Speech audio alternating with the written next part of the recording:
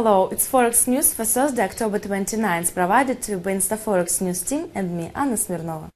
The US dollar got a respite, but possibly it will be brief.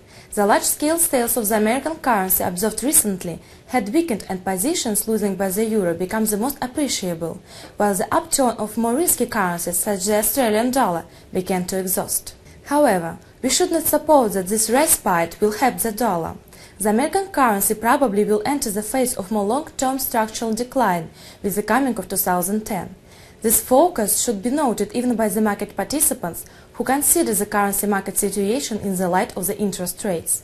In the judgment of some people, the dollar's asset profitability will be one of the factors which will support the dollar in the future. Eventually, the European Central Bank and other leading central banks cut the interest rates not to the highest degree. Results from this that their rates should be increased less to reach the neutral monetary policy. But the US Federal Reserve System, quite the contrary, lowered the federal funds rate almost to zero. Therefore, it probably will need to make more active efforts to raise the rate to the neutral level. As the FRS announces, they intended to keep the interest rate at the very low level for a long time. Probably the central bank wordings will be changed, but it does not mean the near interest rate increasing. This circumstance will reduce the advantages obtained by the dollar from the higher FRS interest rate and may limit the yield growth of the US Treasury bonds.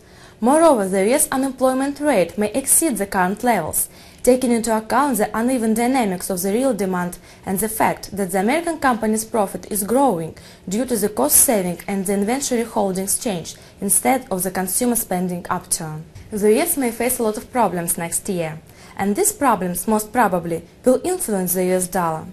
The risk propensity is becoming strong on the world market, and due to that, the assets of the developing countries may appear to the stock market investors more attractive than the American, and outflow from the dollar assets may go even faster.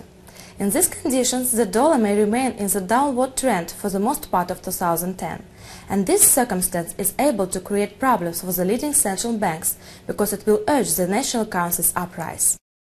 We will be back tomorrow at the next release. Goodbye.